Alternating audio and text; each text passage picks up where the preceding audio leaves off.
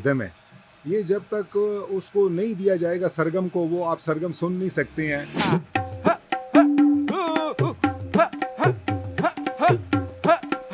जो हमारी मौसीकी थी उसको आगे नहीं किया पिछले दाइयों में, इसलिए लड़के आजकल के बच्चे उसको समझते नहीं हैं। इसको सुनते ही बदन में तरतरी सी पैदा हो जाती है। ऐसा क्यों है? जिंदाबाद। आदाब। एक्सप्रेस एक्सक्लूसिव के साथ मैं हूं नवी जान। मौसीकी को रूह की ग़िज़ा कहा जाता है, लेकिन ये ग़िज़ा तब तरतीब पाती है जब इसके मुख्तलिफ अज्जा बाहम मिलकर एक मधुर सी आवाज़ तरतीब देते हैं। इनमें ये अज्जा जिस तरह तबला, रबाब, सतार, हारमोनियम, शहनाई वगैरह शामिल होते हैं। इससे मिल के कोई अच्छी सी मौसीकी तरतीब पाती है।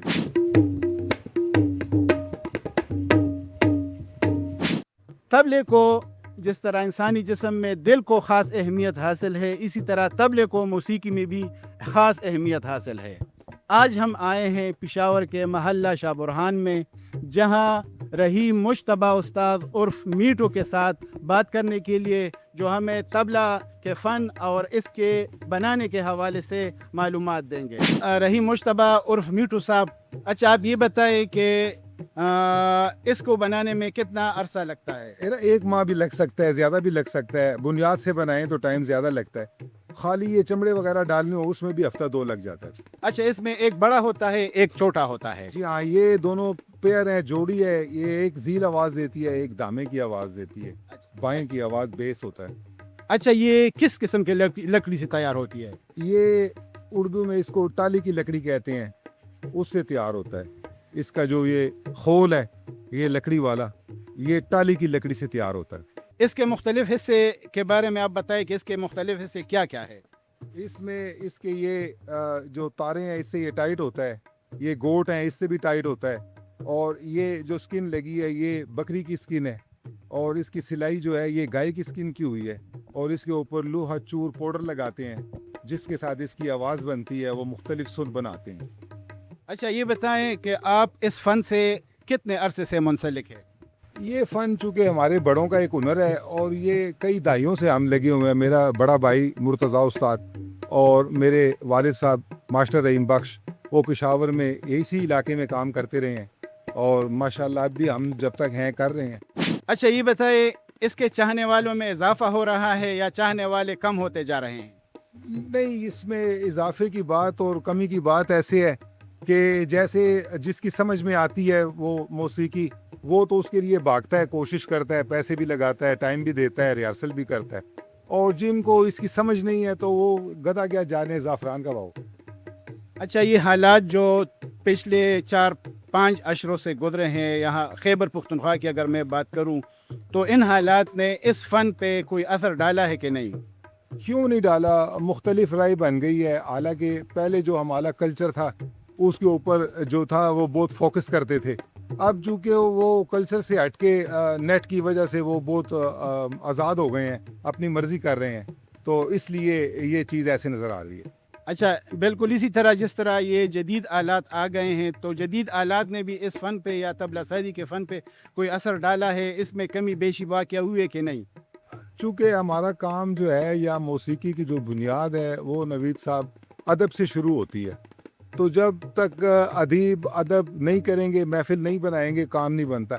ये मौसीकी कोई मस्ती के लिए नहीं है कि हम इसको करके कोई डांस वगैरह करते हैं या लोगों को लतीफ़े सुनाते हैं, उनको पेट में दर्द डालते हैं कि वो हंसें। नहीं, ये एक बड़ों की नसीहत है। जो पहले भी हमारे बड़े मतलब जो भी अदीब गुजरे हैं, उनकी वो जो अशार हैं, उसमें अपनी कौम को, अपने लोगों को जो उन्होंने मैसेज दिया है, रहने का, बैठने का, और जो समझाया है, वो जो पहनाया भी उन्होंने दिया है कि इस तरह हम इस तरह के लोग हैं, हमारा ये पहनावा है, वो उन्होंने बरकरार रखा हुआ है।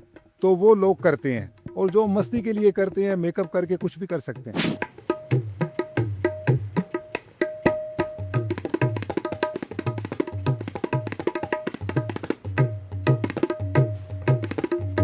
क्लासिकल, नीम क्लासिकल या आम मौसीकी में इसका इस्तेमाल आज भी हो रहा है या कम हो गया है? नहीं, इस्तेमाल तो ये बात है ना कि ये रिदम है, یہ جب تک اس کو نہیں دیا جائے گا سرگم کو، وہ آپ سرگم سن نہیں سکتے ہیں یا اس کو آپ گن نہیں سکتے ہیں. اس کی ایک جو اس کی اپنی میتھس ہے وہ پوری نہیں ہوتی. اور موسیقی کا مقصد ہے کہ وہ گنا جائے، ہر چیز اس کی گنتی میں ہے.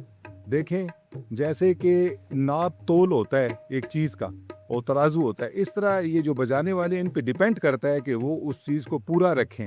اگر وہ فرق کریں گے تو وہ اس کو نہیں مانا جائے گا. اس کو سنتے ہی بدن میں ترتری سی پیدا ہو جاتی ہے، ایسا کیوں ہے؟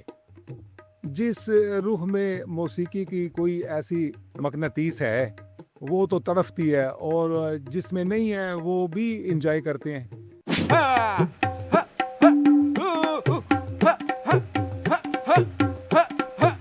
اس کے سر تال کی طرف آتے ہیں. اس میں بنیادی طور پہ کتنے سر پائے جاتے ہیں؟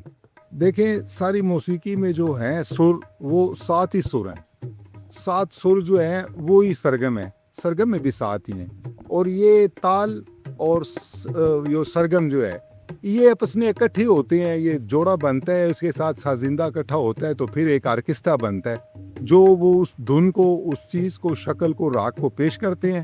اور پھر جو اس میں لکھائی کی گئی ہے نصیحت کے طور پہ اس کو دیکھ کر اس سے عبرت سے، اس سے اپنے نقصانات کو بچاتے ہیں، اپنے آپ کو اس اچھی طرف لے کے آتے ہیں جو وہ بڑوں نے ان کو ایک عطیہ کی ہوئی ہے، کتابوں میں لکھی ہے، بڑے مصفروں نے کی ہے. وہ کیا ہے؟ اچھا، اگر ہم آپ سے فرمائش کریں، ریکویسٹ کریں کہ آپ ہمیں نمونے کے طور پہ کوئی سر وہ بجائیں تو آپ بجا سکیں گے؟ میرا کام ہے سر بنانا. سر جس پہ وہ کہیں گے، اب انہوں نے اس کو ابھی جو ہے وہ ڈی اور ایف اور سی اور وہ اس کو کہہ دیا ہے، حالانکہ وہ پہلا اور دوسرا اور تیسرا یہی سر ہیں. جو نیچے سر والے ہیں گرام میں، وہ جو سفید والا سر ہے، پہلا سفید، دوسرا سفید، یہ مقصد ہو گیا کوئی بندہ گا رہا ہے، لڑکا گا رہا ہے یا کوئی مرد ہے، یہ آواز بھاری ہے. اور جو چوتھا سفید ہے یا اس سے اوپر ہے یا تیسرے پہ ہے، وہ کوئی بچے گا رہے ہیں، لڑکیاں گا رہی ہیں، ان کی آواز پتلی ہوتی ہے، ان کے لیے ہوتا ہے. اور اس میں یہ ایڈجسٹ ہو جاتا ہے، اس کی یہ گوٹ لگی ہیں، اس سے ہم اس کو ٹائٹ بھی کرتے ہیں اور ڈھیلا بھی کرتے ہیں. اچھا، اگر میرے جیسا بندہ سیکھنے کے لیے آئے جی تو اس کے لیے پہلا سبق کیا ہوگا؟ پہلا ہر جگہ پہ پوری دنیا میں موسیقی کرنے والا کوئی بھی ہو، جیسی موسیقی بھی ہو، جہاں بھی ہو، تو اس کا پہلا سبق ادب ہے. ادب سے شروع ہوگا. جب تک اس کو ادب نہیں آئے گا اس کو سما میں بیٹھنے کی اجازت نہیں ہے.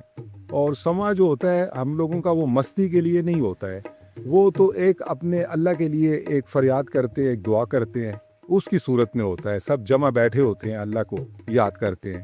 ہماری موسیقی اس لیے نہیں ہے کہ ہم اس سے پیسے کمائیں اور بزنس کریں اور ہم میک اپ کر کے کپڑے ڈال کے یا کوئی ایسی جمپے ومپے لگائیں اور وہ موسیقی ہے. جمپوں میں موسیقی نہیں ہے.